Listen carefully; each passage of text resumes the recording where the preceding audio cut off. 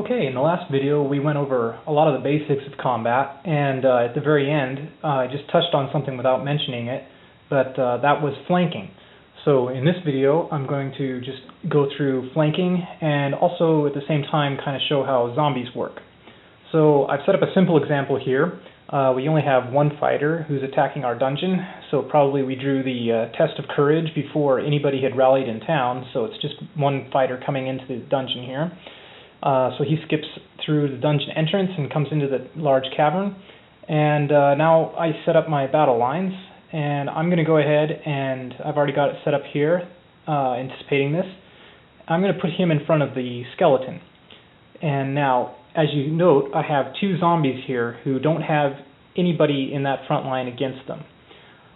What happens when a unit does not have anything directly opposite to fight against is that unit will flank, and that means he will attack a unit down the line, either to his left or right or top to bottom. So that means these two zombies are going to join with the skeleton and attack this fighter. If there had been a mage here, for example, then the center zombie would be flanking, and he would choose between either the fighter or the mage. That's up to the player. But there's no mage, there's just the fighter. So all three of these units are going to roll dice. So that's a D6 and two D4s. And then the fighter is the D8. Okay. And there's our result.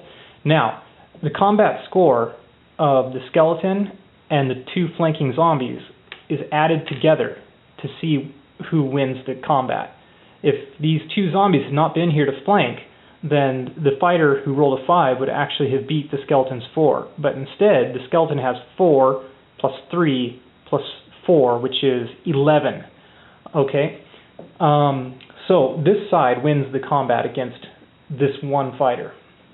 Now, the other thing that happens when flanking is you can actually have more than one unit hit the enemy.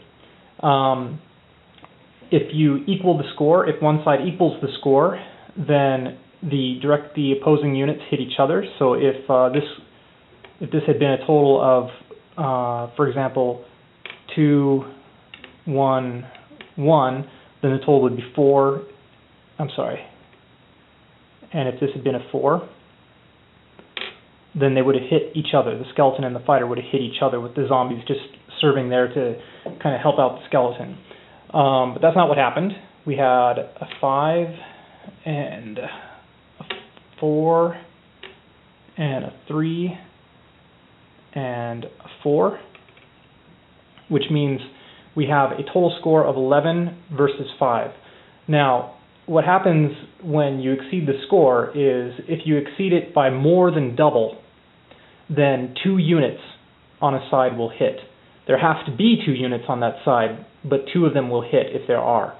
If you exceed it by triple, then 3 units will hit if there's 3 units on that side. So here we have 3 units attacking the fighter. If I'd rolled a 16, that's 16 is greater than 15, which is 3 times 5, then all 3 of these units would have hit the fighter. As it is, I rolled 11, which is greater than 10. That's more than double 5, which means 2 units hit. The units that hit are the ones that roll highest. So the skeleton hits the fighter, and the zombie hits the fighter. The damage is simultaneous, which means the fighter instantly takes 2 points of damage and is slain.